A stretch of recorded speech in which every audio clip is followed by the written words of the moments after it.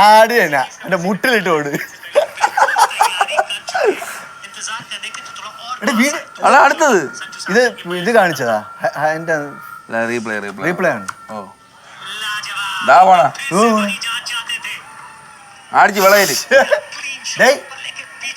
ഇങ്ങനെ ഏഴടി പൊക്കം വെച്ച ആർക്കും വേറെ എല്ലാം ഇങ്ങനെ നടന്നു. ഇവിടെ ചെറുക്ക അടിക്കണ്ട അടിയണ്ട. സഞ്ജുമോനോ എടാ സാംസൺടാ.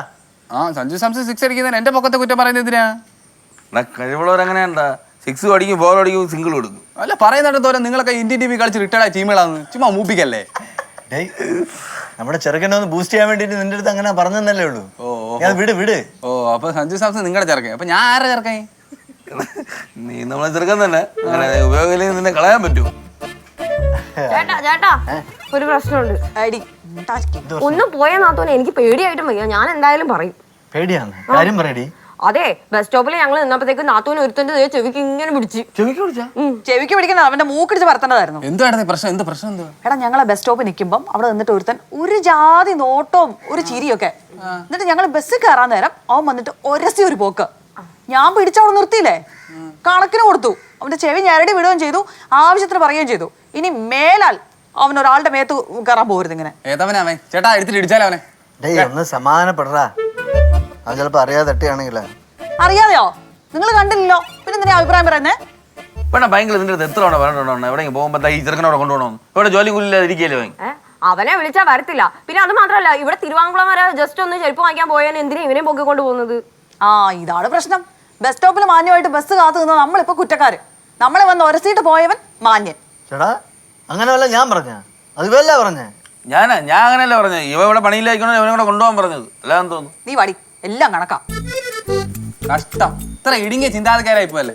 എന്താ പോടാന്ന് പിന്നെ ചേട്ടത്തിന്റെ ദേഹത്തോർത്ത് ഒരസിപ്പോ നമുക്കൊന്നും നിങ്ങളൊന്നും പറഞ്ഞില്ലല്ലേ. പിന്നെ എനിക്ക് ചേട്ടത്തിലായിട്ട് നോക്കണ്ടേ. എന്താടി ഇനി ആ വൃത്തിയായിട്ടവൻ അവന്റെ കൂട്ടുകാരെ വിളിച്ചോണ്ട് വന്നാ എന്തോ ചെയ്യും? വിളിച്ചോണ്ട് ഇങ്ങോട്ട് വരട്ടെ. നേരത്തെ നിർത്തി നമ്മൾ ചെപ്പ ഞാനടിച്ച് പൊട്ടിക്കും. അതിപ്പോ ഒരാൾ വന്നാലല്ലേ, ഇതിപ്പോ 5-6 പേരും കൂടെ വന്നു കഴിഞ്ഞാൽ എന്ത് ചെയ്യും? എടി വരട്ടടി. എനിക്ക് ഒരുത്തനെ പേടിയൊന്നുമില്ല. എനിക്ക് പേടിയോ? ചത്തോന്നറിയാൻ വന്നതായിരിക്കും. വരാന്തിന്ന് ഇതിനകത്ത് എത്രയിടയ്ക്ക് ഇവളങ്ങനെ ചാകും. അത് പറയാൻ പറ്റത്തില്ല, മനുഷ്യന്റെ കാര്യമില്ല. ചേച്ചി ആരെന്ന് പറയാ ചേച്ചി? അവന്റെ ചെള്ള അടിച്ചിരിക്കണം. അവന്റെ പോക്കത്തല്ലേ കാണിച്ചത്. ഉത്തമന്റെ ഭാര്യ ഇടിച്ചിട്ടിട്ട് ഒരുത്തൻ അങ്ങനെ ബസ്സിൽ കയറി ഞെളിയണ്ട. അവന്റെ പേര് പറയാ ചേട്ടത്തി അങ്ങോട്ട്. അവന്റെ പേരും നാളും വീട്ടിലെ വിശേഷം ഒന്നും ചോദിക്കാൻ പറ്റുന്ന ഒരു മൂഡിലല്ലായിരുന്നു ഞാൻ. എന്നാ ചേട്ടത്തി രേഖാചിത്രം വരച്ചോ? ചേട്ടത്തി നന്നായിട്ട് പടം വരയ്ക്കാറിയല്ലേ? രേഖാചിത്രം വരയ്ക്കാനുള്ള ഓർമ്മയൊന്നും ഇല്ല എനിക്ക് അവനെ. അത് അപമര്യാദയായിട്ട് പെരുമാറിയ ഒരുത്തന്റെ മുഖം ഓർമ്മയില്ലെന്നാ. ചേട്ടാ മുഖം ഓർമ്മയില്ല, പക്ഷേ ഉണ്ടല്ലോ അവന്റെ കഴുത്തിന്റെ ഇവിടെ നക്ഷത്രത്തിന്റെ ഒരു ടാറ്റു ഉണ്ടായിരുന്നു. മതി, അത് മതി. അല്ലെങ്കിൽ രേഖാചിത്രം നോക്കിപ്പോ ചിലപ്പോ ആള് മാറി അടി വീഴാൻ ചാൻസ് ഉണ്ട്. ഇതാകുമ്പോ കറക്കണ്ടിരിക്കും. വേണം നമുക്ക് പോവാ. എന്റെ കൈ തരിക്കുന്നു. വേണ്ട ചേട്ടൻ വരണ്ട. ഇവിടെ അമ്മാരി 3-4 ഗുണ്ടകളായിട്ട് ഇങ്ങോട്ട് കയറി വന്നാൽ ആരെയൊക്കെ വേണ്ട ഇവിടെ. അപ്പൊ അളിയനും കൂടെ ഇല്ലേ? ഇവ ഒറ്റയ്ക്ക് പോയി ഹാൻഡിൽ ചെയ്തോളും അല്ലേ? അല്ല എന്റെ പോലീസ് ബുദ്ധി ഉണ്ടെങ്കിൽ അവനെ പൊക്കാൻ പറ്റും. ഇവിടെ എന്താ സംഭവിക്കും? ആളെ ചുമ്മാ ധൈര്യമായിട്ട് ഇന്ന് അവന്റെ പൊങ്കാല സുമേഷിന്റെ കൊയുടെ നീളവനെ അറിയത്തില്ല അവന്. പിണക്കോ ഉണ്ടല്ലേ? എന്നാലും നാത്തൂനെ ചേട്ടൻ കുറ്റപ്പെടുത്തിയത് മോശമായി പോയി. നിനക്കെന്ത് സുമേഷിന്റെ കാറ്റടിച്ചാ? ഞാൻ ഒരു സാധ്യത പറഞ്ഞല്ലേ.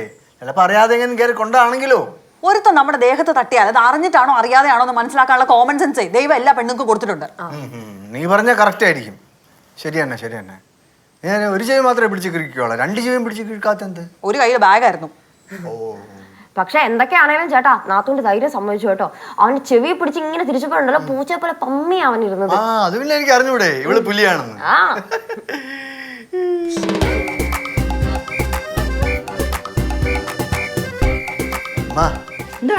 ആകെപ്പാടെ അടിയും ബഹളോ ആയെന്നാണ് തോന്നുന്നത്. അടിയും ബഹളോ? ആശ പുറത്തോട്ടം കണ്ടാ ഇറങ്ങിയപ്പോഴത്തേക്ക് ഏതോ ഒരുത്തൻ വന്ന് തട്ടിയെന്ന അവള് ചെവിക്ക് പിടിച്ച് കിഴിക്കുന്ന എന്തൊക്കെയാ പറയണം. എന്നിട്ട് നീ ഈ അടുക്കള വന്ന് ഒളിച്ചിരിക്കണ പോയി ചോദിക്കണം അങ്ങോട്ട്. പോയി ചോദിക്കാൻ ആളറിയണ്ടേ? സുമേഷും അളിയനും കൂടെ കുറെ നേരമായി പോയി ചോദിക്കാൻ വേണ്ടിട്ട്. ഞാൻ നിങ്ങളുടെ പ്രൊട്ടക്ഷന് വേണ്ടി ഇവിടെ നിന്നല്ലേ. എന്ത് അച്ഛനാണ് തന്നെ അന്തമ്മ അങ്ങനെ സംസാരിച്ചു. ദൈവമേ, പെമ്പിള്ളേർക്ക് ഇപ്പം വഴി ഇറങ്ങി നടക്കാൻ വയ്യണ്ടായല്ലോ. അത് തന്നെ ഓരോരോ അലവലാദികൾ ആണുങ്ങളെ പറയിപ്പിക്കാനായിട്ട്. ആളെ കിട്ടിയാ ചെറിയൊരു പ്രശ്നമുണ്ട്. അവന്റെ പേര് സജി എന്നാണ്. അതാണാ പ്രശ്നം. അതല്ല, അവന്റെ ചേട്ട ഒരുത്തമുണ്ട്, അവന്റെ പേരാണ് ഇത്തിരി പ്രശ്നം. അതാരാടാ? അത് ഈ പോലീസുകാരെയൊക്കെ വെറുപ്പിച്ചോണ്ട് നടക്കുന്ന ഒരു ഗുണ്ടയുണ്ട്. അവന്റെ പേര് മക്കള് കുട്ടി. മക്കളെ കുട്ടിയാ? ശരിക്കുന്ന 10-14 കുത്തുകേസിലെ പ്രതിയാണ് അവൻ. കുത്തിയെന്ന് പറയുമ്പോ ഈ ആൾക്കാരെ കുത്തുവൊക്കെ പറയുന്നത് എന്റെ ചേട്ടാ പള്ളക്ക് കത്തിച്ച് കുത്തി കൊറ്റുന്നു കുത്തു. ഓ അവൻ നമ്മളെ കുത്തുവോ? അത് ഞാൻ ചോദിച്ചില്ല. ഈ സജി അവന്റെ ചേട്ട ഈ മക്കളെ കുട്ടിയുടെ ചെന്ന് പറഞ്ഞോന്ന് നമുക്ക് അറിഞ്ഞൂടല്ലോ. എടാ എന്നാ പോലീസിനെ വിളിക്കടാ. അപ്പൊ ഞാൻ പറഞ്ഞെന്ന് അപ്പച്ചിര ചിരിക്കുന്ന ആളിയാ. അപ്പച്ചി തലേ കയറിയില്ല ഞാൻ പറഞ്ഞു തന്നു. എന്തോന്ന്? 10-14 കുത്തുകേസിലെ പ്രതിയാണ് അവൻ. അവനെതിരെ കംപ്ലൈന്റ് കൊണ്ട് അങ്ങോട്ട് ചെന്നാൽ മതി. കംപ്ലൈന്റ് കൊടുത്തല്ല അറിഞ്ഞാലേ നമ്മളെ നാട്ടിൽ മര്യാദയ്ക്ക് ജീവിക്കാൻ സമ്മതിക്കൂല. ഷോ ഇനിയിപ്പോ എന്തോ ചെയ്യോ? ആൾക്കാരൻ ചേട്ടത്തെ അവന് ചെവിക്കിട്ട് കിഴിക്കല്ലേ, അതുകൊണ്ട് നമുക്ക് തൃപ്തിപ്പെടാം. പിന്നെ മക്കൾ കൂട്ടി വന്ന് നമ്മളെ കുത്താതിരിക്കാനും കൂടെ പ്രാർത്ഥിക്കുക അല്ലേ? ആ അത് നന്നായിരിക്കും. ഈ ഗുണ്ടകളും ഞരമ്പ് രോഗികളൊക്കെ അനിയനും ചേട്ടനായിട്ടൊക്കെ വന്ന എന്ത് ചെയ്യുന്നു? ആന്നേ, ചേട്ടൻ ഗുണ്ട അനിയൻ നിലവിലാതി. ഇതിനെയൊക്കെ അപേക്ഷിച്ച് നമ്മുടെ എന്ത് നല്ല ഫാമിലി അല്ലേ. സ്നേഹം വാരി വിതറുന്നു, കുത്തിത്തിരിപ്പില്ല, സന്തോഷം, സമാധാനം.